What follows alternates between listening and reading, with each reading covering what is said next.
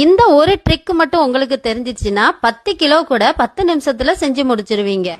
2 spoon வரைக்கும் பொட்டுக்கடலையை நல்லா நைஸா அரைச்சிக்கோங்க. நைஸா அரைப்படலைன்னா இந்த மாதிரி சளிச்சு எடுத்துக்கோங்க.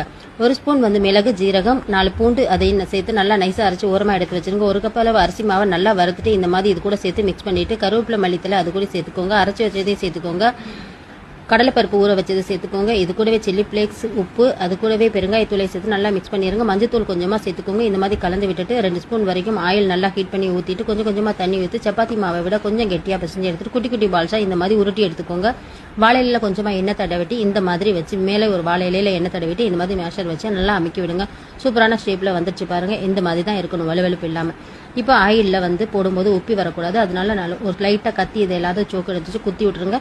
அப்போ தான் உப்பி வராது. எல்லாத்தையும் இந்த மாதிரி பொரிச்சு எடுத்துருங்க. சூப்பரான கொஞ்சமாக கருவேப்பிலை நல்லா பொரிச்சு போட்டுக்கோங்க. சூப்பரான தட்டை ரெடி ஆச்சு. செய்து பார்த்துட்டு கமெண்ட் பண்ணுங்க. நெக்ஸ்ட் வீடியோட பார்க்கலாம். பாய்.